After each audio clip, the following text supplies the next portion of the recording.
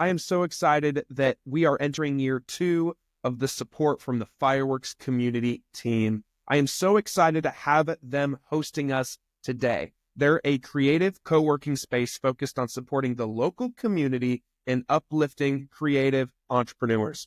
Get a free day pass. When you book with them, you have to use code DRIVE, or if you go to see them in person to visit their beautiful space and meet their awesome staff, tell them Logan from Your Morning Drive sent you, and you'll get a free day pass to try the space yourself. Fireworks Co-working in Marietta, Georgia. Your Morning Drive is also present to us by Good Days Canned Cocktails. Good Days are a classic cocktail brand created in a convenient, ready-to-drink canned format for any occasion, whether it's a pool day, a boat day, a beach day, a graduation, a wedding, a bar mitzvah, anything in between. Good Days are there for you. Good Days are ahead when they are in your cooler, your fridge, your anything in between.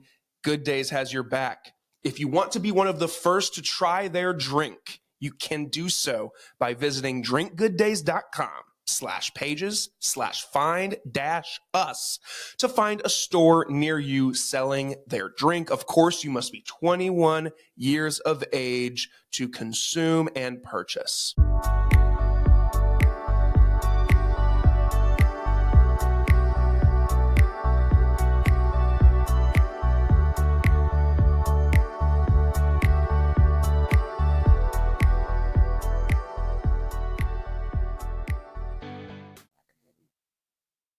Hello, everybody. Welcome back to another edition of Your Morning Drive. I am Logan, your host with the most, coming to you from Fireworks Studio in Marietta, Georgia. We are so glad that you've decided to join us today. Before I dive in, I have a couple of quick requests. Nothing crazy, so be cool with them, okay? First, please hit that follow button on your platform of choice, whether it's Apple Podcasts, Spotify, or YouTube if you enjoy the visual experience. Just hit subscribe. That way you know that any episode that comes out gets delivered to your inbox. You won't have to worry about searching for a new episode because it'll come straight to you because you've followed or subscribed. So whether it's YouTube, Apple, or Spotify, subscribe on your favorite place to listen or watch. If you also want to stay connected in more ways than just listening, you can follow along on the social platforms, Facebook, Instagram. And I edited this for my first episode because at the time of the recording of that, I had not known that TikTok might be saved, possibly. It looks like the new administration that starts tomorrow, the day that we're recording this, has saved TikTok, but that seems to, we'll see how that goes by the time this gets uploaded. So if I say TikTok and by the time this comes out, TikTok is gone forever, don't crucify me. But as of right now, it sounds like TikTok is good. There you'll find episode announcements, fun clips, behind the scenes, ways to, relate to me and connect with me, all the things and in between. Thank you again for tuning in. I appreciate it. My guest today is the founder of Rescuing Hope, who has been fighting against sex trafficking since 2010. Her mission is to raise awareness about sex trafficking in America, educate potential victims and first responders, and empower advocates and survivors. She's a sought-after expert, a member of Georgia's State Human Trafficking Task Force, and credentialized, which is a big word for me, victims advocate.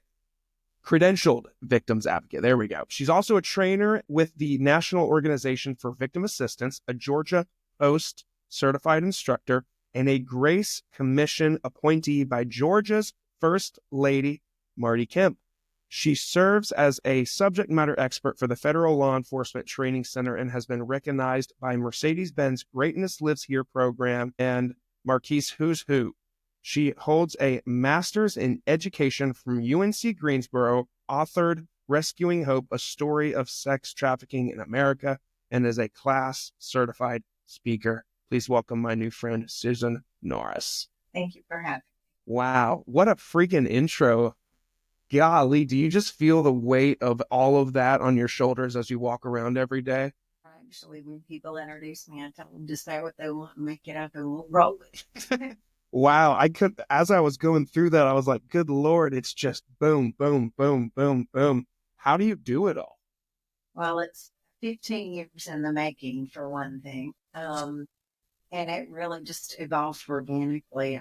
I started as a mom just trying to figure out what do you mean sex trafficking is happening in the United States? What are you talking about that it's targeting middle school kids? No, not here. No. And so it literally started with me being a mom who was looking for ways to keep my kids safe. And one thing led to another, and 15 years later, here we are. We talked a little bit before I hit record, but you were a teacher for a long time. Yeah, I taught in public school in North Carolina and elementary school, and I taught some in college. And then when we relocated here and my children got into school, I knew enough to know I needed to be where they were. So for a while, they were in a private Christian school, and it went from K4 to 12th grade. So I was a sub because we were all going to the same place. We all left together to sit after school and play with their friends while I was wrapping up. If I was teaching high school and middle school, it's great for the school because usually when you get a sub, you're just holding down the fort and praying no one kills anyone. But when you have a sub who has a master's in education, they actually teach content. Right. You come back and it's like, you never missed a day. Yeah. Because the students are where they're supposed to be. So I was like the unofficial regular sub at the school. You were the sub that when the kids sit down for class that day, when they know they have a sub, and you're like, all right, whip out your books. And they're like, no, I thought we were just going to watch movies all day. And you're like, no, she's a real teacher. She knows what she's doing. I was also a very unconventional teacher, so it was always out of the box. Yeah. When I left that and my son got to middle school is when I started studying because I had one in elementary and one in middle. And that's when I started doing student ministry in the schools with Fellowship Christian Athlete. And after 4 years with middle school, which should honestly get you a Purple Heart, then I learned about the entry age into this industry. And that's when I dove in deep. And I've been learning new things every day ever since because this is a very fluid industry. The techniques change, the players change, the level of depravity just keeps sliding down that slippery slope. And unfortunately, there's never a day that there's not a victim out there in need of help.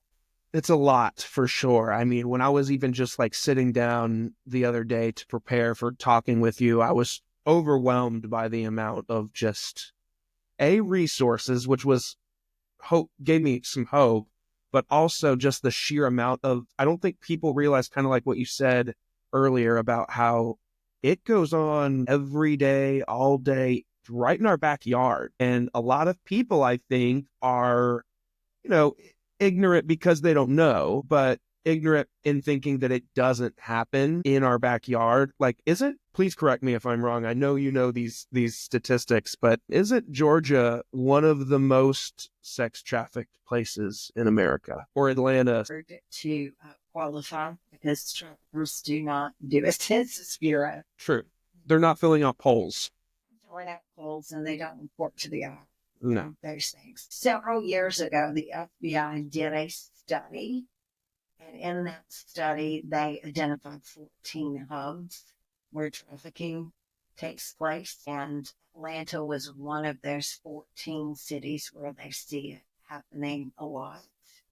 I was just at a law enforcement training this past week, and they were doing a heat map where they were showing where in the nation does this happen, and obviously the east from north to south was lit up more than the west. And it doesn't mean that we have more trafficking. I think it means that we have tackled it, we've drawn attention to it, and we've worked harder at it. So we've called it more than those who aren't even waking up to the fact that it happens. We have 159 counties in Georgia. I've had some law enforcement say it's happened in every county. I think in the last year, they had it reported in 141 counties in the state of Georgia. So we know it happens everywhere. And yes, definitely just by sheer numbers. A city has more people, So city's going to have more purchasing and selling of individuals just simply because of the data of numbers, the rule of math, so to speak.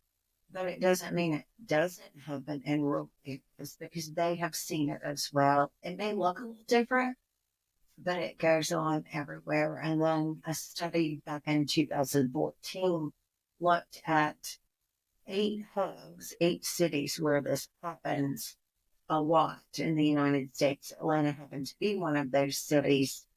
And among those 8 in that year, Atlanta was demonstrating that it was generating more income in the sex trade, strip clubs, escort services, things of that nature, than anyone else. Riley had held the #1 position prior to that. And those are both old studies, and people haven't scaled back on selling fresh because it's a non-consumable commodity, so they can make money. It's lower risk and higher reward for traffickers than drugs or weapons. Because if I sold you a weapon, after you pay me for that, I've got to go find another weapon to sell it, or another dumb bag of coke. Sure. Selling. But if I sell you a girl or a boy, when you're done with that individual, I can sell them again and again and again and again. And if I'm selling you a gun or cocaine and law enforcement shows, Sure, you and I are both going to get to wear the silver bracelets because we're doing the exchange. So that puts me as a drug trafficker or a weapons trafficker in great danger to get to law enforcement. And then selling you a boy or a girl, then when the police roll up, they're going to catch you and the boy or girl. It'll be in the parking lot of the hotel or ready to swing by and catch my money for my victim until I go to the next client. But I don't get the silver bracelets. You do as the purchaser. And because of the new laws we have in the state of Georgia, you'll be tried as a trafficker and have to sign on the sex offender registry, correct? They'll follow you. The victim, depending on their age, if they're minor, they're automatically a sex trafficking victim. If they're not, they have to prove force, fraud, or coercion.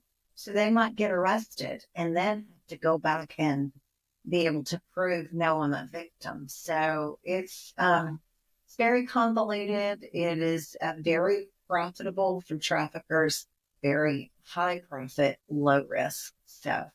that's insane to me, dude. I mean, and I'm gonna be asking a lot of questions that might seem silly, but that's just because I'm genuinely, this is. I mean, I hate to use the word fascinating, but because it's so horrible, what's happening, it's mind-boggling. I mean, the thing, like the fact that you just said it's low risk, high reward. You would think, and this is just from an outsider looking in, that to be able to, if I were a gun smuggler or trafficker, or, a drug trafficker, you would think that inanimate objects like a gun or a drug would be easier to traffic because of the fact that it's not a living, breathing thing.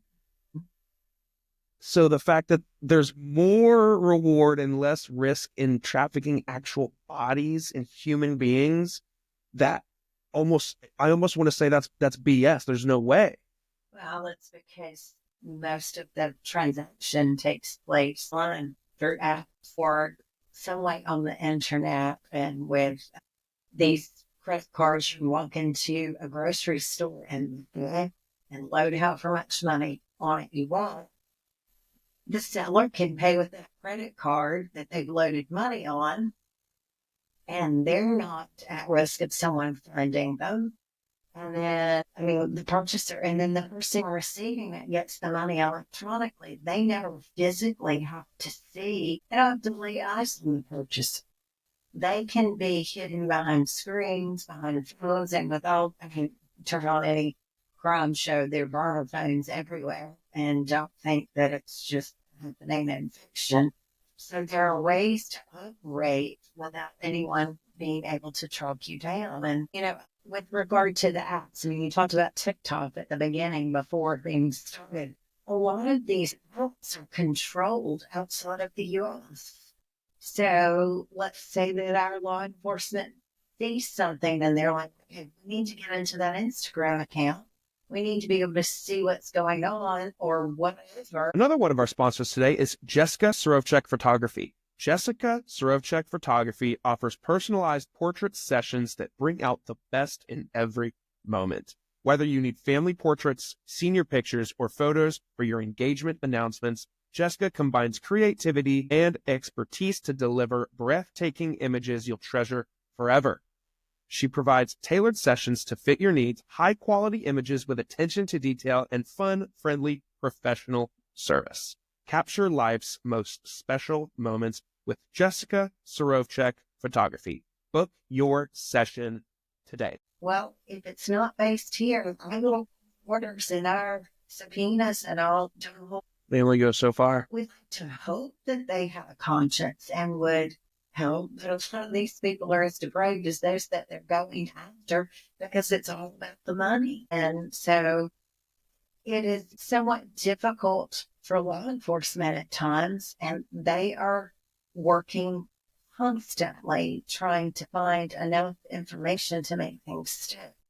Law enforcement are some of my favorite people that I've met in this movement because they are dedicated. If they get an arrest and it goes to a conviction, it's not by happenstance. They've worked their butt off to make that happen. That prosecutor has really searched and they've tried to figure out not just the testimony of a victim, but what are all the other things that they can do to add charges on to make this individual pay for what they're doing.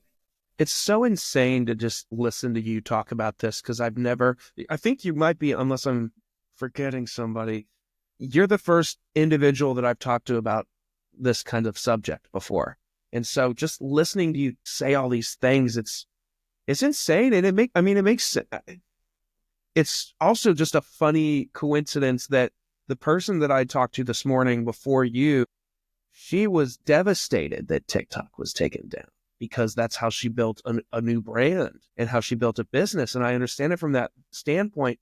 But then you think about it from the ways that these predators and these individuals that go and they look for children and not only children, but just individuals to traffic and to kidnap and send through that whole system. TikTok might be their number one source of looking for people, for scouting out people. Or, I'm not pinning TikTok down because there's dozens and dozens, maybe even hundreds of apps out there that are, that this happens on. One that tends to fool people the most. I got a call from a mom in St. Simons, and she was sharing me how her daughter, who was 17 at the time, was being sent messages, unsolicited messages on this particular app. And as I looked into it and reached out to the director of the GDI, we were able to determine this very much looks like trafficking. Then the mother reached out the next day and had 16 other girls, her daughter's same age, that had received the same messages. And, I always ask people, so what app do you think this is? And I get Snapchat, TikTok, Instagram. Please don't tell me it's like, all of these. Target. Venmo. Really? Venmo. Yeah. So parents have to wake up, and you can't be like, I'm not good with technology. I just don't want to go there. My kids know it, but no, you got to wake up and you've got to learn things. You've got to be vigilant. I recommend that parents do not allow your children to have a device without some type of a contractual agreement. And it's for safety as much for the child as it is for the parent. Because if something is found on that device, whose name is attributed to it? This parent. Right. Who's liable for that? Exactly. So there's that. But don't let your child have any kind of app or gaming program that you're not aware of how to maneuver your way around. And if you don't know, then get on there and figure it out and make sure that any area that your children navigate, that you are there also. Yeah, you should be able to navigate that area, if not the same level, better than your kid. Their passwords and do technology checks from time to time. Kids are curious. They're going to try and figure things out. Some of them are very sneaky, and there are lots of cover acts that people use to hide things, not just children. Yeah. So take their devices, click on each item. If it comes up and demands a password before you get to open it, that kid needs to be busted right there. It's a red flag right there. Telling you they're hiding something from you. There are so many dangers out there, and our children just do not have the cognitive development to truly know how to navigate it. The frontal lobe of the brain, which is what we refer to as the thinking brain, it's where you can go from if I do A, then B is going to happen. Well, as adults, we can go from A to Z. We learn how to calculate all the steps and even the variables. If this happened, then it would go this way, go to this, go this way. And we have the cognitive development to do that. Our young people don't. All the way through college, the frontal lobe is not fully developed in females until age 25, and it isn't fully developed in males until 28. So we know that is something that we need to coach them on, to support them on, to protect them, because I guarantee you the predators know it, and they're counting on it, and they're going to manipulate it and use it against your children. That's horrible. I hate this. It sucks. This is one of those conversations where I'm fascinated, but I also am just, I'm not getting angry, of course, at you, but I'm just angry that this exists in the world. Like, so you guys relocated here, and your kids got to that age, right, where you said one was in middle school, one was in elementary, and you were done in the education world, and you kind of got involved slowly but surely in the movement of fighting sex trafficking. At what point did it get to the point where you were like, I'm starting my own thing? I'm starting Rescuing Hope. I'm going to write this book. What was the order of operations of how that occurred? I mean, because anyone can just, join a movement, but then it takes the next level of saying, I'm going to start fighting this here, and people around me are going to join me, and then we're going to have this thing that is now Rescuing Hope, as this great organization that's doing it. It happened that way. I was a mom trying to protect my kid, and I learned all the things that made me curious. And I'd spent 4 years working with middle school kids through a student-run ministry that meets on campuses in the morning, like CA, Fellowship of Christian Athletes. And so the more I learned, the better I got, because it wasn't just my 2 kids who had burned their reins, but it was the 350 kids I was meeting every Friday. And what about the kids who didn't have a mom who heard of this, who was learning ways to protect? What can I do? And so the more I learned, I reached out to one of the very few organizations at that time that existed, and took the lady to lunch, and I said, where's your weakness? She said, I beg your pardon. I said, well, I don't care if it's a family, a business, a ministry.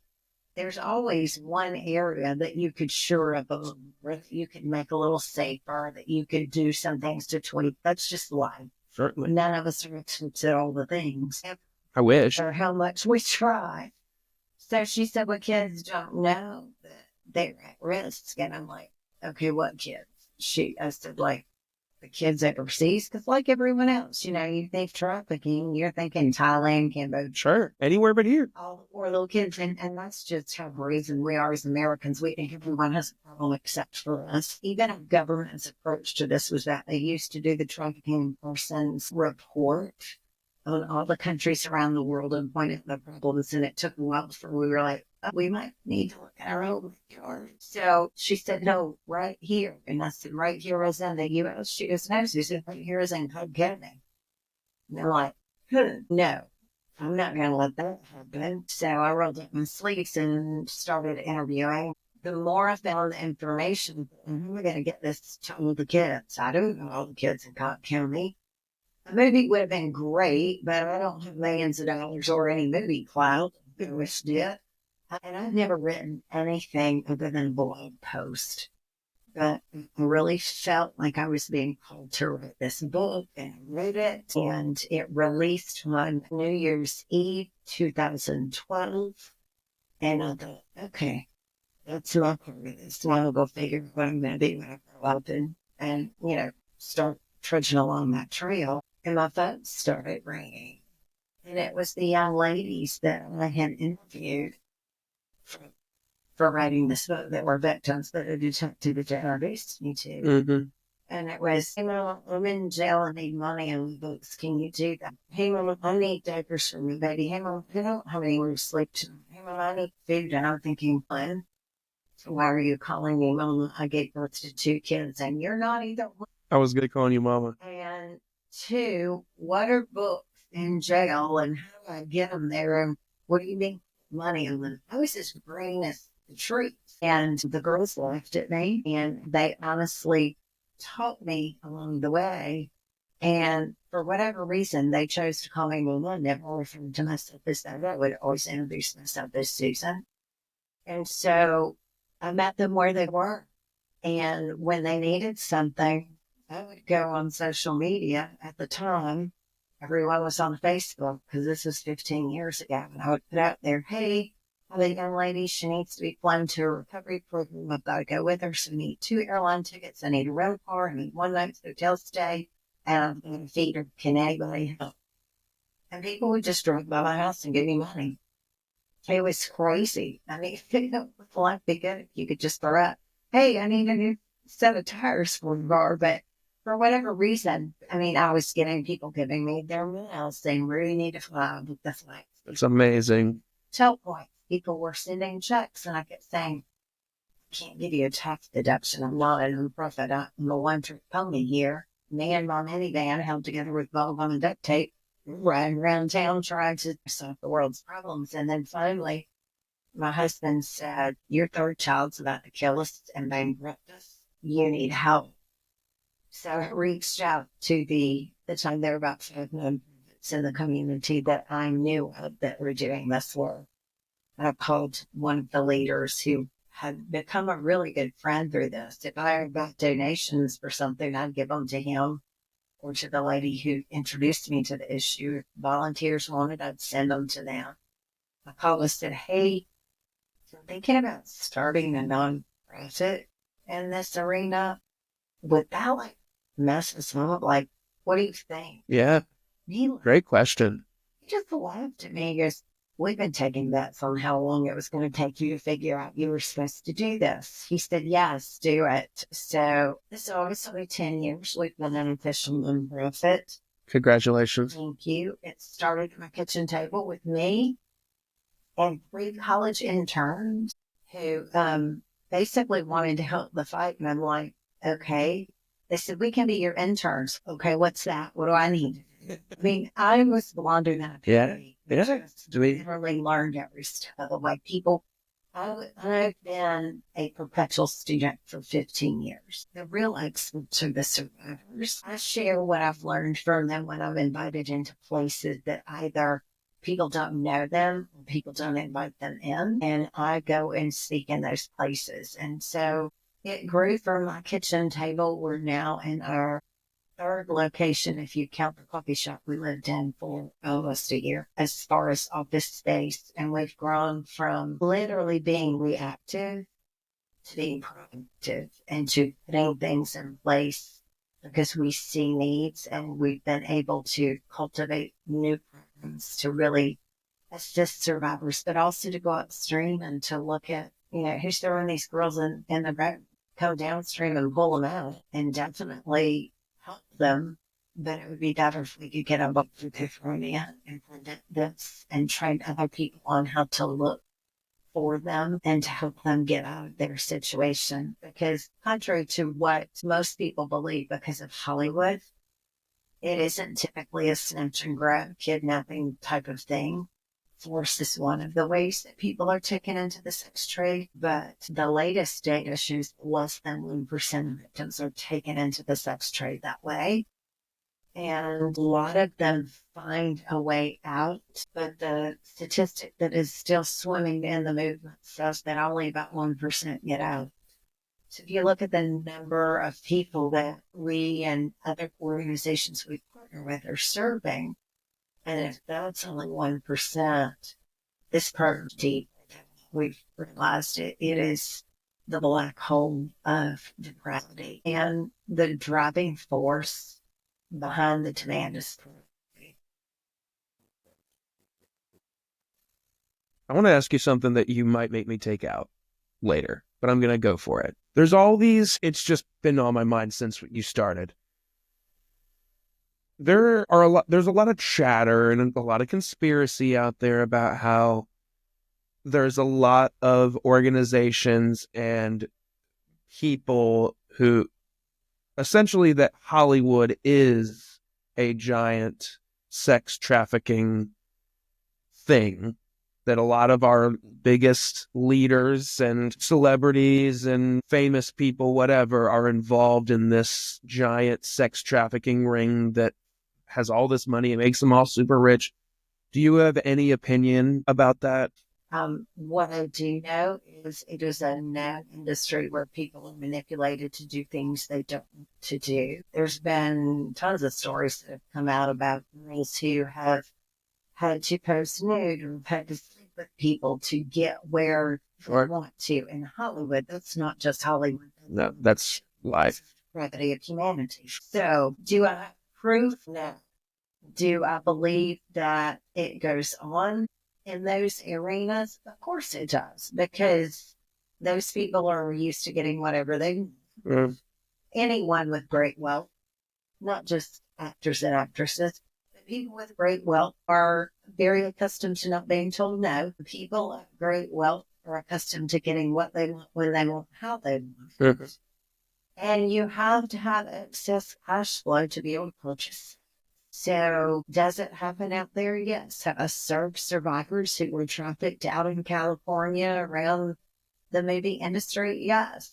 Have I served anyone who was involved at all in the Epstein situation that everyone likes to talk about? I have one young lady, yes. She said she was trafficked not by him, but was taken to one of his events by her trafficker to help service the clientele that he was bringing in.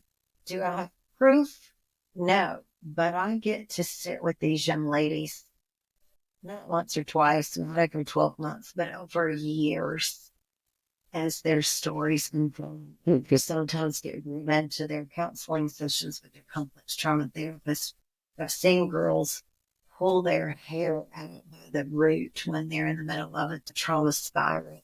That's not made up. No, that's not acting. I've seen these young ladies go into suicidal ideation, and I've actually been present when some have attempted their lives and been able to set myself in there and get help. This evil is horrible. It is a level of depravity that we most often would love to just stick our fingers in our ears and pretend that it's happening, because it makes our bubble pop where we all feel safe. But Edmund Burke said the only thing that's necessary for evil to triumph is for good men to do one thing. And, we can all do something. There's not a single one of us that can solve this issue, but each and every one of us can do something to help. We can pour into young people as they're growing up so that their love tank is full and they're not out searching on the internet to be validated, to be told that they're pretty, to be told that they're worth something, even if their parents don't tell them. We can all, if you're a person of faith, we can all pray for them. We can pray for those that invite. It is pure evil. We charge the gates of hell with a water gun every day, praying God didn't let the water run out. If you have means, you can donate. There are so many great organizations right here in Georgia that are fighting this issue. Rescue and Hope is one. There are plenty others. You can volunteer your time. If you don't like the lane that we swim in this, fine, reach out. I'll help you find the one that actually stokes whatever gets you excited about this movement. We can all do something. See the people that typically become invisible and pay attention. Yeah. Wow. As we talk about it more and more, it just makes me think like how crazy it is that it just happens all the time. And even me, I mean, I'm sure it happens with men but I'm sure a strong majority of the victims are women. And even just ways that, I didn't ever think about it was when my youngest sister got her license, when she finally got her driver's license, there was a circumstance where she needed to go somewhere the next morning for some reason alone. And she was like, I really need gas. I need to go get gas tonight so I can be good for tomorrow. And this is maybe 8 or 9 o'clock at night. I'm not out of my parents' house yet at that time. And my mom was like, Logan, go with your sister to go get gas. It's 9 o'clock at night. And I said, why? Why would I go with her? And my sister is quite the small woman, very petite woman. And my mom was like, duh, she's a 16-year-old girl. We do live in a generally pretty safe area, but that's when things happen right under your nose.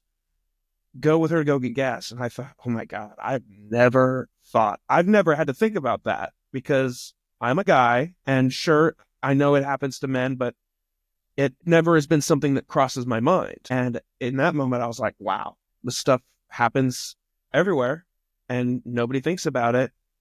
And I think it's really cool that your friend that you mentioned, I mean, you're entering a space that he is already in and a few others that were already in. And to think that instead of them thinking, well, why don't you just come join us? Or why don't you, do this or do that? Rather than opening your own organization, they supported you and asked you what you needed. And that's really cool because there's a lot of industries out there. If you own a burger joint and I own a burger joint, if I'm like, hey man, I want to open a burger joint, you might think we're going to be competitors then. And what you said also just now is really cool about like, listen, if you can't donate your time or money to my organization, let me put you in touch with people who you might be able to donate your time and money to. And I think that's really cool because like you said, the way that evil triumphs is when good people do nothing. Well, it's like, okay, well, if you can't help me, I want you to help them or them or them or them. And so it's really cool. Like this problem will probably never go away. Unfortunately, it's one of those things that I feel like will always exist.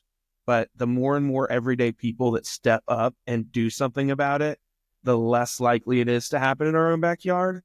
So that's really cool that just the entire community works together rather than looking at it as competition when we're all trying to get to the same destination of just trying to minimize this as much as possible. The enemy. Yeah.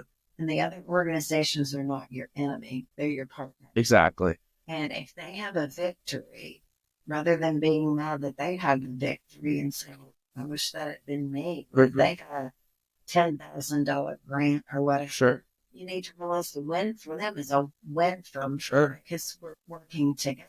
And, our area that we swim in, we're known for education. That's where we spend a good portion of our time and resources, which makes sense because I'm an educator. We also do direct services for adult women. We don't have an advocate at this time to serve men. And the women that we serve may be someone that went through one of those residential programs and came out and still didn't have sturdy legs and needs support. We don't have a residential program, so we can do from there and take them and assist them moving forward. Or we may be serving a young lady that it becomes apparent to us, you are so unstable and have such a poor support network right now, you really need to go into a residential program so you can just stop having to worry about where you're going to sleep, what you're going to eat, all of those things, and focus on healing. So we work in tandem and we refer to one another a lot and support. And I don't know how to solve it. I couldn't pick up the phone and call one of my colleagues and say, hey, have you ever felt or dealt with a situation like this? And if so, how have you handled it? And it's incredible. Not everybody plays well with others. And that's true of any industry. And good grief, when I was a school teacher, there were some teachers that didn't play well with each other. I was the radical one that didn't do anything traditional at all. So I ruffled feathers. But there are enough people in this movement, and you find the ones who have the pieces to the puzzle that you don't have, and collectively, then you are doing a better job. Because I'm a teacher, I tell everyone it's like we're playing Red Rover, and we're going to the pit of hell to try and bring the victims out. And whether they're holding my hands or somebody else's when they get on our side doesn't matter. All that matters is they're out and they're getting healing and they're getting restoration and they're reclaiming their voice, they're reclaiming their lives, and they move from a victim mentality to a thriving mentality where they can go on and be success stories. And even if they never reach back into the movement, if they say, nope, don't want anything to do with it, they are still helping the movement, because we can then point and say, you would never know she was a victim at one point, but she was, and look at her now. Look where she is today. Because we have those stories of victory that we can share with those that are just coming out of the life. It gives them hope. It gives them a belief that, okay, if she can do it, maybe I can too. Yeah. One thing you said earlier, complete kind of sidebar, but you mentioned that you had been involved a little bit with like the Fellowship of Christian Athletes. You might know my buddy Mike Lynch. Yeah. Do you know Mike? That's awesome. Mike was on this podcast too. So whenever you said that for the first time, I was like, maybe she knows Mike. Yeah. Yeah, I'm a dinosaur in the movement. It's been a hot minute since I was in there, but always has held a very special place in my heart, because it does what I wish all parents across the country would do for their kids. It speaks life into them and fills in their love tank and lets them know that they have worth and value. And no child, no adult is 100% avoidable of trafficking. Sure. It can happen to anyone. However, if your love tank is full and you have strong self-esteem and you have a strong value and worth, you're less likely to be going to some of the places Sure. where trafficking is easily taking place. I mean, traffickers look for the path of least resistance. Sure. Water. Sure. They just go where it's easy, because they don't have to go where it's hard. There's enough fruit where it's easy. So they are looking for marginalized people. And then they become whatever the need is of that individual until they can get them from a point of safety to a place of vulnerability.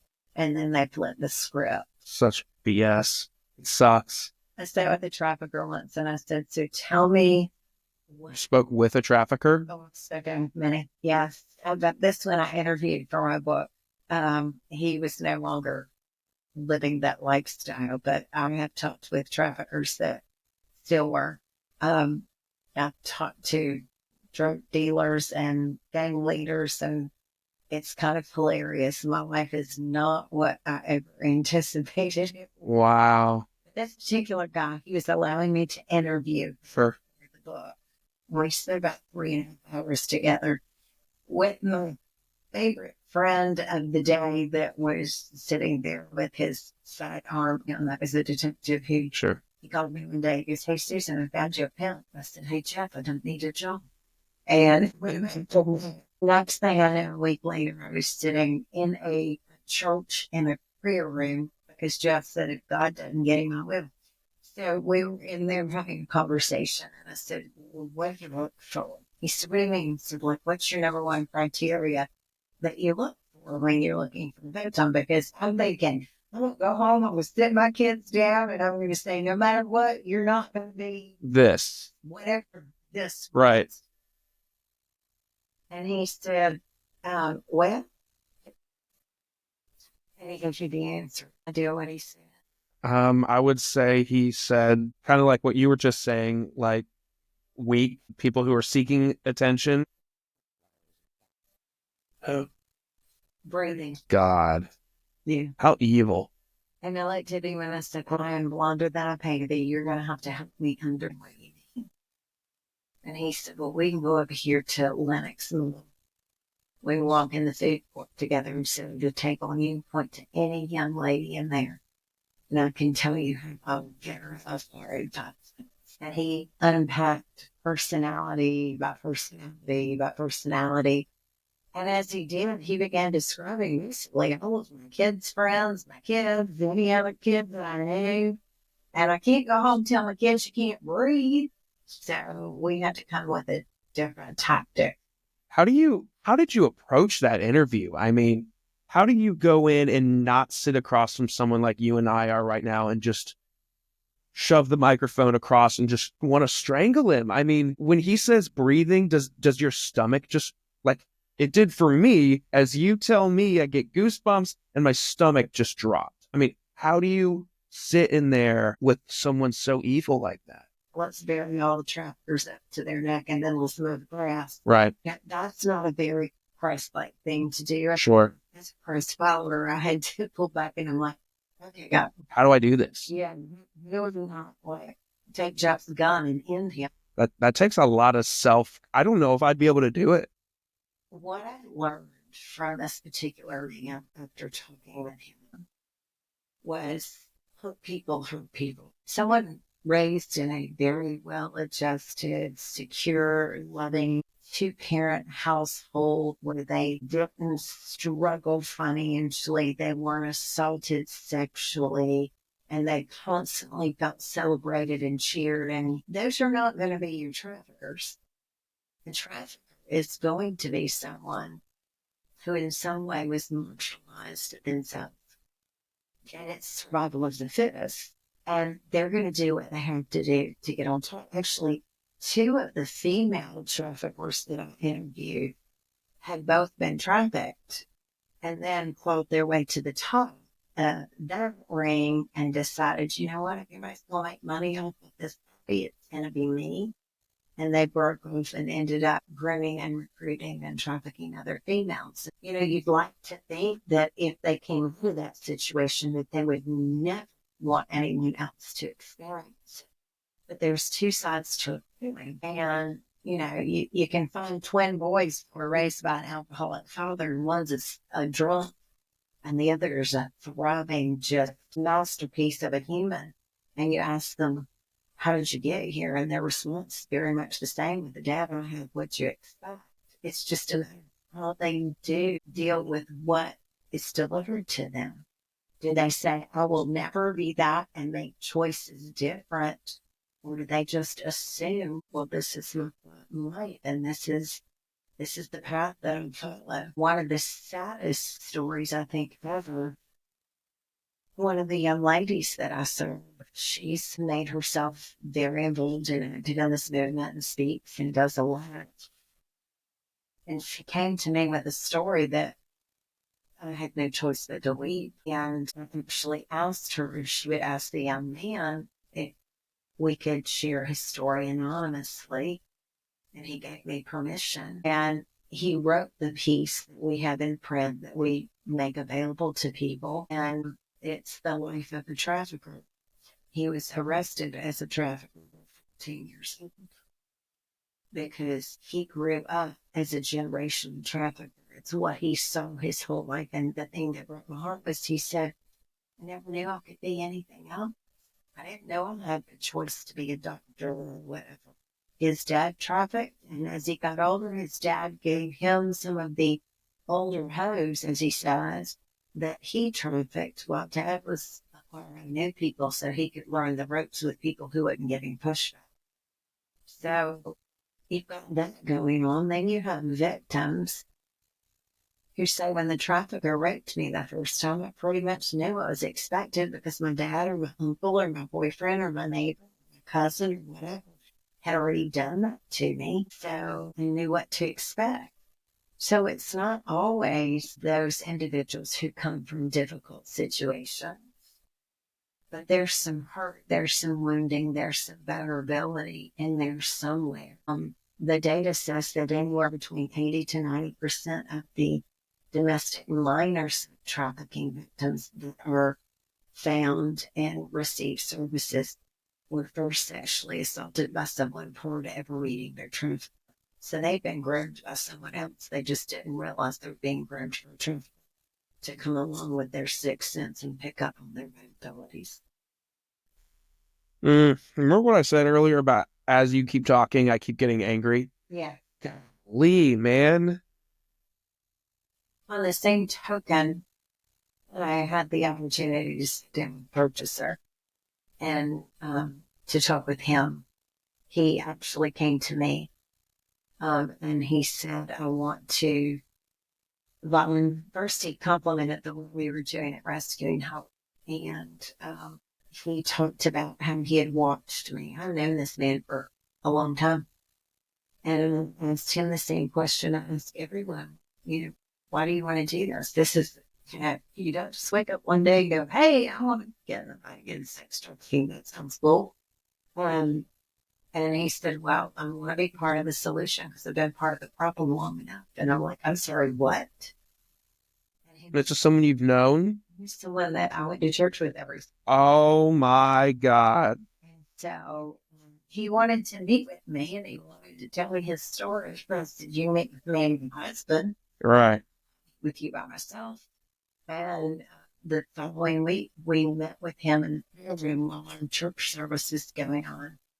And he literally groveled at my feet, sobbing, unpacking his story. And it was the same that I had read in transcripts and interviews with other purchasers and what I'd seen in documentaries about John School.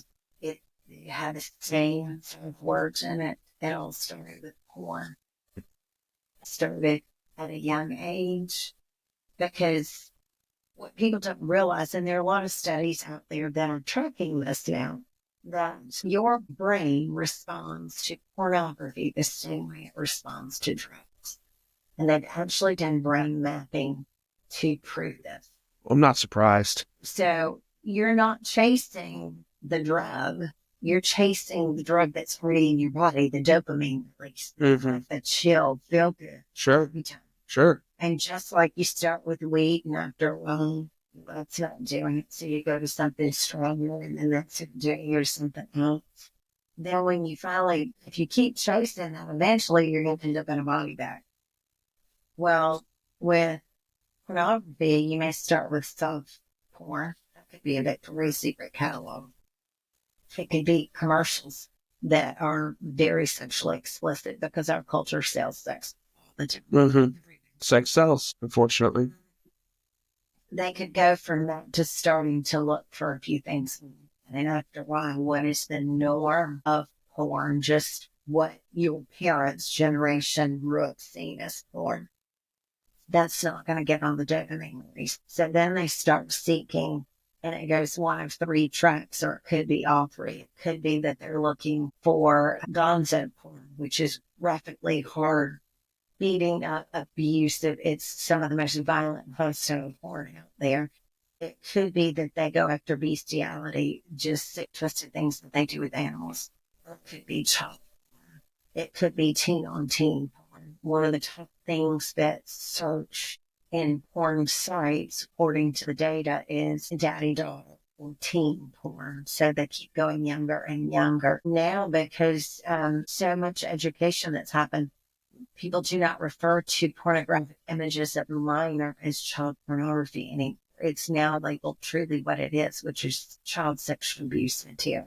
And so almost hands down, when you find someone who is a victim or a perpetrator who's purchasing, you check the devices that got some porn on there because they're chasing that dopamine release. And after a while, the chase is just what they're viewing is not kicking that for them anymore. So they want to act on it. So they want to go there and try it. And I've seen documentaries of people from every walk of life talk about.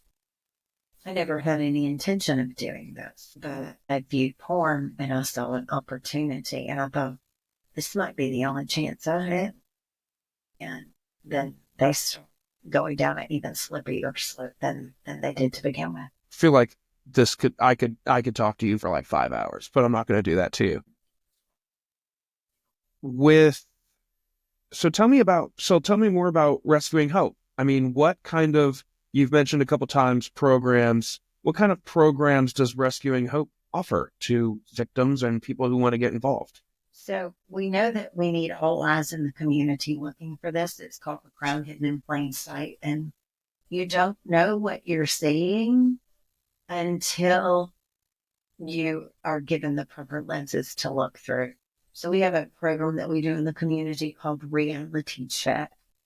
And it discusses what the industry goes, who is made up, who are the players in the industry, how does it work, and the ways you can get involved. We do that a lot at schools through PTAs, particularly if we're going to go into those schools and do programs with the students or the staff. So that's our enlightenment program. And our educate programs focus on potential victims or first responders. So we'll go into the school and we'll do a program with students called Reality Check. It's very, complete statement. It's very similar to Reality Check, but we recognize they don't understand A to Z. So we'll talk about forced driving coercion, give them actual cases of how it's happened right in Metro Atlanta. And then we backpedal with them. And we start asking them, okay, now you know how this happened to how. What are things you would do differently knowing this scenario? And we spitball with them ideas and get them thinking that way. Because what we're doing is we're creating a scaffolding for them to hang and then cognitively. And they can all they can match it up at 3 years old. There's little memory games where you'll turn over an apple and you turn over a peach and you're like, nope. The next one remembers where the apple is and then match the apples. So we know if we give them things, holding them scaffolding, if they're in similar situations, they'll be like, wait a minute, that's just this that crazy lady shared with me about. I need to know. I got to dip out of here quickly. Whatever. So it's a safety tool. Sure.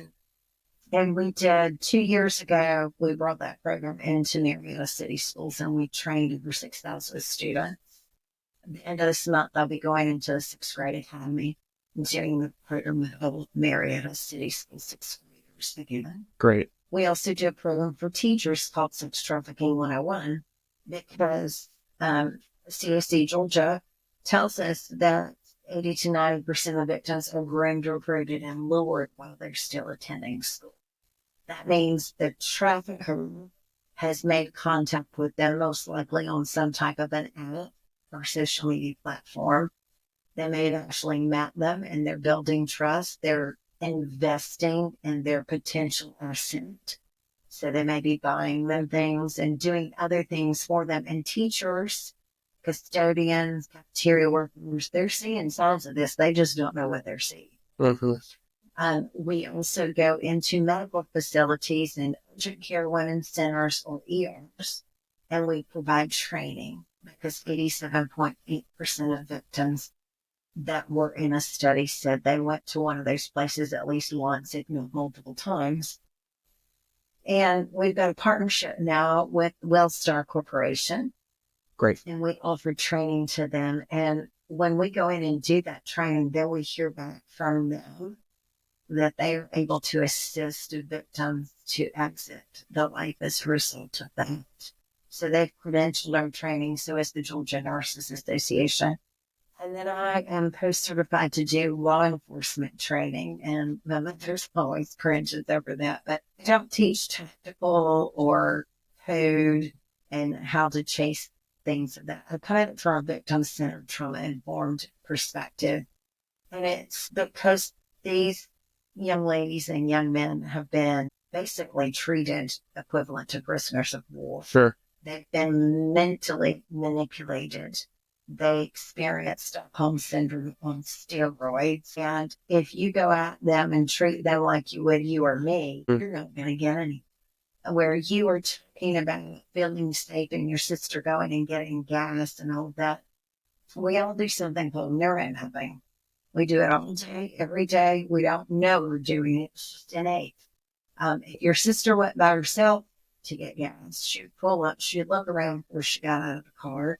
She might keep her keys between her fingers or have her cell phone in her hand. She's going to put the gas in and she's going to keep her head on a swivel the whole time. Sure. Making sure she knows what's around her because she has mapped that situation to a threat. Yeah, sure. Something could happen. Your mom has too. That's why your mom sent you instead of your dad. Sure. You're thinking, what? Go get gas. Yes. For you, you get out of the car, you pump your gas, you get in the car, you drive home, you never think about anybody coming at you. No, never. And we all know that differently. And so survivors do as well. So one person needs to learn how to mapping them or and ways to help them map them to safety and stuff. So we talk about that. We go in depth about that and talk to them about how the trauma range works and what they can and can't tell you, even about being assaulted, and how you can get the answers that you need. So we give them that kind of an insight and information. We started doing this locally. And then last year, asked to go into a contract with the Georgia Sheriff's Association. So for this past year, I've been training all of the Georgia Sheriff's Association sheriffs, offender registry officers, jail teams, their chance officers, their chaplains, and even Benz. And then I was invited down to the Federal Law Enforcement Training Center to speak for a program that they launched out to all 127 federal agencies that are law enforcement agencies out of the country. Some of them are overseas, and so I've done a couple of things for them. And then they asked me if I would be a subscriber for them. And then just last month, I got my IADLEST. Don't ask me to tell you what the acronym stands for. But it's my certification that certifies me as a national trainer for law enforcement. Amazing. Congratulations. Travel all over the country and train. And again, they're getting information. Some of them, unfortunately, don't get it. Trafficking training. A lot of places don't even know they need it. Areas that bring us in and communicate with us have talked about the victories where they're rescuing individuals or assisting them in getting out, where they're blocking up traitors. Work very closely with Marietta PD, Cobb County PD. And then we do empowerment programs. So there are people like you hear this, and then a week from now, it's still not here. And 2 weeks from now, you can't sleep. And finally, you're like, I got to do something. Susan, where am I going? What am I doing? We meet with people. We'll talk to them, maybe have a coffee and figure out a place to plug you in with us or something. Sure. But we also empower survivors, and we meet with those that are emancipated youth, 18 and female at this particular point in time, because we do not have a man who is advocate on staff. And we come at it differently because we work an individualized action plan with them, where they tell us what they want to work on. And they stay in the driver's seat of their recovery because other people tell them a long time what to do and what not to do. And they have to have control. And that leads to some epic fails and some implosions and explosions and all of that sometimes. But that's not a loss. It's a learning process. And we're not being a smart aleck to them, but we're like, okay, how that work for you? Mm-hmm. Where did it mess up? Would you go that pathway again? And if so, what would you do differently? Or if not, what path do you think would be a good path to choose? So we're really coaching. We're like the guardrails in the bowling alley, and we're keeping you in the lane, trying to help you get to the destination you want to get to. We launched in September Hope Academy, which is a in-person and a virtual platform for the survivors that we serve to get credentials, certifications, life skills. We currently have 5 young ladies that have completed their financial literacy course. We have 2 enrolled in to get a high school diploma. They're in their 30s, but they never got to graduate from high school because of the life. Hey guys, I want to talk to you a little bit about the company that makes your morning drive happen every week. Are you looking to elevate your business and your brand? Hammerhead Creations is here to help. They offer top-tier marketing services, including social media management, website design, and Google page optimization, ensuring your business reaches the right audience. Whether it's a side hustle or your full-time grind, their expert team, me, is ready to help you grow. Plus, if you're into podcasting like me, Hammerhead Creations offers full support for both in-house shows and external podcast creation. From concept to production, we will help you bring your ideas to life. Visit www.hammerheadcreations.com and discover how we can take your business or your podcast or both to the next level. Hammerhead Creations, swim with the big sharks. We have young ladies who are enrolled in other courses, and the course catalog will grow as our funding grows. Sure. But we're super excited. We've got 5 young ladies that have purchased their own home. Amazing. Have several young ladies who have acquired vehicles, and 86% of those we currently serve gainfully employed. Good for them. Amazing. So that's a very large nutshell. But that's what we do, and I know I left some things out, but that's the gist of it. I love it. I love it. Congratulations to all of those things. That's incredible. God, I could talk to you about this forever, but I know we've got time is of the essence. Goodness Lord. We'll have to this means that we'll have to do more at some point. So there comes a point in every conversation I have with someone, Susan, that asks them a collection of questions that are they're very first date like questions. They're non-consequential. They're far less serious than the subject matter that we usually spend talking about together. But they're just a fun way to connect with everybody on a human level and get to know everybody, so that your staff might listen to this and they'll think, "Oh, I never knew that about her." So, are you ready for these questions? Good deal. What is your favorite movie? My favorite movie. I have so many. Classic My Fair Lady, because I do like the old classics. Sure. I love The Proposal. It's a great one. Medea Witness Protection Program makes me laugh and really wet my pants. And I love a good Jason Bourne, Mission Impossible, something like that. I could see that. But the Medea answer? Did not see that coming. I have a story where I was in a steakhouse. This is before I was officially an organization. I was in charge of movie day. And I took that particular movie and several others, and they chose that one. I came out with movie candy boxes and popcorn. I wanted it to be a fun event. How fun, yeah. And then we started in on the movie, and Medea and Joe started talking about basically when she was in her life, and I had forgotten what was in it. And the girls laughed so hard. And the sponsor, I'm like, I'm fired. I'm kicked out. You're not allowed to down. She goes, look at them. They love you. They have just grandfathered you into their group. Yeah. And I think that was when I learned you just have to roll with things, and laughter is good. And, it's going to be messy. Life is messy. And you have to laugh at yourself. You can't take yourself too serious. Agreed. What was your first job ever?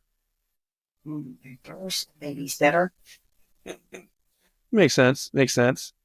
If you found out tomorrow was your last day on Earth, what would your final meal be? I don't know that I want to eat, because I would just want to spend as much time with my family as I could. That's a great answer, too. I love that. You get to organize a music festival. You get to pick your 3 headliners that are all tailored to you. Who are those 3 headliners? Alive or dead? Or dead. Oh, yeah. All right. Just to make it hard for you. Love beach music. Lauren Daigle, because I think she really. Now, it have to either be Michael Jackson and Prince, because when they were in their heyday, I was too. I don't know what the future of AI and what technology will do for us, but if there's any way I could see like Michael Jackson in his prime in concert, I just can't even imagine. I mean, you talk about Taylor Swift and you talk about the level of fame she has, I think that it probably is only comparable to Michael Jackson or people like that. But I don't even know I wasn't around when Michael Jackson was in his prime, or if I was very, very young. Make me feel old. Okay, I graduated high school in 2014. I am 28 years of age. You are 20. I am 28. Yes. Sorry about that one, but I remember the day that it was announced that he passed away. I was probably 12. God, know. But either way, I would love, I mean, I don't even know the level of fame that he had, but the way that people talk about it sounds like the way they talk about Taylor Swift. Well, I would say, I would venture to guess, most of the people that are doing hip today, very like Jackson and Brown. What else do I want to add? Phil Collins to Good Lord. rested her when he came down on the ceiling with his drums playing in the air of the night. That room. Oh, God. I can't even It imagine. was just epic. The time to be, what a time to be alive. I have to say, the music of the 80s trumps anything that's followed. And Yeah. if you don't think so, just go to any dance or any wedding, any event where music is played. It's always pretty heavily the 80s. Yeah. Oh, yeah, for sure. Every wedding playlist consists of maybe 2 or 3 popular songs of right then, but it's all 80s music. 70s and 80s. I wish I could have seen it. On a day, so this is fun. I'm very excited to hear this answer. You spend all of your time, for the most part, caring for other people. How do you take care of yourself on a day where you have no obligations, which I'm sure comes few and far between, but on a day that you get to treat yourself, how do you treat yourself? I love to travel. And my husband will kidnap me at least once a year somewhere where people can't find me. Sure. So there's I love to cook. If I have time, which is not normally during the week, I had the best time on our snow day. I just cooked all day long. My husband was in heaven. I love spending time with my family and my girlfriends. I love to laugh. I can tell. I can find humor in just about anything. I have a pretty warped sense of humor sometimes, but you have to do the work that we do. But it doesn't matter if I'm with my children who are now adults, if I'm with a bunch of college age or teenage girls that I mentor, if I'm with girlfriends my age that, yes, even though we're old, we still call each other girlfriend, or if I'm with elderly. I mean, I love people. I think that there is something that is so intangible that it's like a soul talking to a soul. You connect on that level, and you can't do that in a hurry. You got to sit with people. You got to linger over a cup of coffee or a glass of wine and feel the feels. Sometimes it's hard, but even those places are beautiful places. And I never backed away from an invitation with a gift card in hand to go to a spa to decompress. There you go. There you go. What does success look like to you? Life's changed. Short and sweet. Perfect. We'll leave it at that. What is something that very little people know about you, besides the fact that you love Medea? Because that's See, all the people that know me would look at you and go, seriously, you didn't know that about her? wow. Love that. Medea. What do most people don't know? In ninth grade, I sang in the chorus. We went to county chorus. And that's the last time I ever sang in the chorus because they broke you into what part you sang. And I sang bass, and it was me and the guys. And that was so embarrassing that I quit. Wild. Because that was the stage of life, you go through where you want to be down with everybody, which is really kind of stupid because then you spend all of your adult life trying to stand out and be different. Yep. Middle school is a tough time, though. Yeah. Good God. I think about middle school today with social media and technology. I barely survived middle school when I was going through it. I can't even imagine going through it today. Yeah. Things were just starting to come. I think the first iPhone, came out when I was in 6th grade. Go online and do apps. There are people that order human faster than they can order pizza. That's terrifying. Couple more. What's something that no amount of money will get you to do? You're not wrong about the sense of humor. You have to, though. I was going to ask you earlier, but I forgot to in the moment. But I don't know how. Do you ever? I'm an emotional person, so sometimes, like if I'm sitting there and, like I said, sitting across from a purchaser or a trafficker, I would just sit there and start to cry, just listening to their responses. How do y'all not just sit back, or do you sit back sometimes and think, do we even have a chance? I would feel defeated and never be able to put one in front of the other, but there's always hope. A lot of people think because in the book, Rescuing Hope, the young ladies, this hope. And so they think that the title of the organization, Rescuing Hope, is about a person, but it's not. It's about the intangible hope that has been lost when this happens. And, you know, it's so funny because years before I ever did this, one of my girlfriends said, yeah, you may be able to hold your tongue, but that face of yours, it just speaks volumes.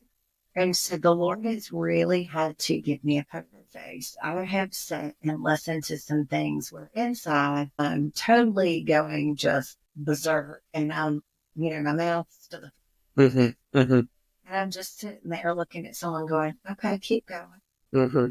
So it has been an acquired thing. It's not the Susan rescuing her. Sure. All of my friends can tell you. Sure. There was never a doubt what I was thinking. And now I have been able to develop a poker face. But when I was sitting with a young lady and she's unpacking just the horror, the mama bear in me comes out, and I draw them into my arms. I hug them, whether it's politically correct or not. I will weep with them. I will, I've had a girl climb out of my car and she was going to go turn a trick to pay for a hotel room when I kept begging her not to. And says, so did she say, don't worry, I'm used to this, I do it all the time. And I'm like, I'm not used to it and I don't want you to do it again. So the emotions go rampant. Thankfully, I already approached anyone doing drug services to see a conflict trauma therapist for vicarious trauma because we do pick up. You can't go into the mud and not pick some. Sure. And so we have to process and deal with that. Now, the emotions are real. The girls gave me the name Mama Bear when the first one was going to have a baby. They were like, what is this child going to call you? And I'm like, well, you know, as long as it's not old, I'm okay with that.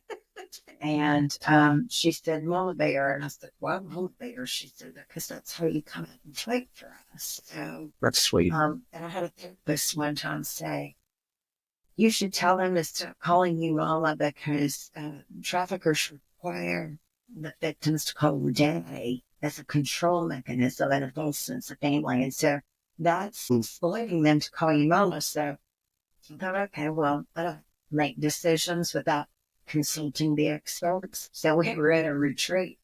We were sitting around the table. I cooked dinner. We eating dinner all in the room. And I said, hey, girls, there's something that I need to ask you about. This is what this therapist said. One of them jumped up from the table. Her chin hit the floor. And she's like, who is she? Let me out. And you're like, okay, calm yourself. What's going on? She said, Mama, I call you Mama because that's what you've been to me. I call you Mama because you've been more of a mama to me than the woman who gave birth to me. You come when I'm at my work where she turned her back on me. I chose to call you Mama. You never asked me to. The trafficker made me call him Daddy. But you always introduced yourself as Susan. You sign our cards, Susan.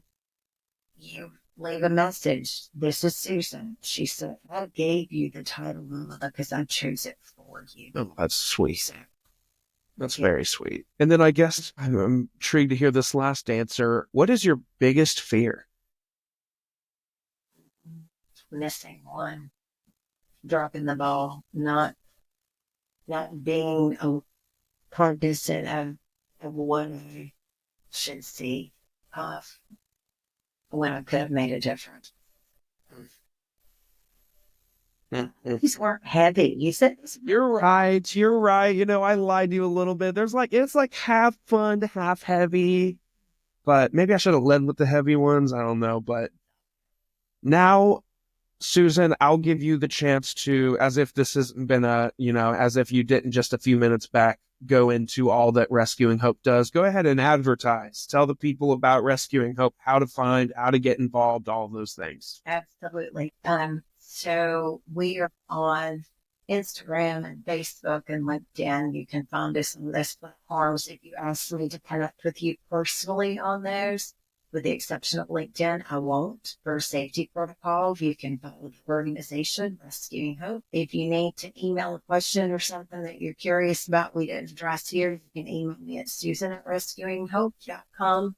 Our website's rescuinghope.com. Under the Learn tab, there's all kinds of free resources for parents and for students, as well as other things they can view, documentaries, some of them, like the movie Taken, there are portions of it that are accurate. A lot of it's just plain Hollywood. Mm-hmm. There are things that you can learn from those. Mm-hmm. If you're interested in reading Rescuing Hope, you can buy the book on our website, on Amazon, Barnes and Noble, anywhere a book is sold online, you can buy it there. If you are a student or run a small group of students and you want a discussion guide, or a parent that wants to do a book study with your child, send an email to info@Rescuing Hope and ask for the study guide that I wrote as a companion piece to go with the book that's got discussion questions. If you've got kids, it's easier for them to talk about hope than themselves. So they can discuss issues there. It addresses the whole issue of drugs, premarital sex, rape, all the things that are involved in that. So it's an easy tool to use if you choose to go down that path. The book was written under the concept of keeping it PG-13 so middle school students could read it.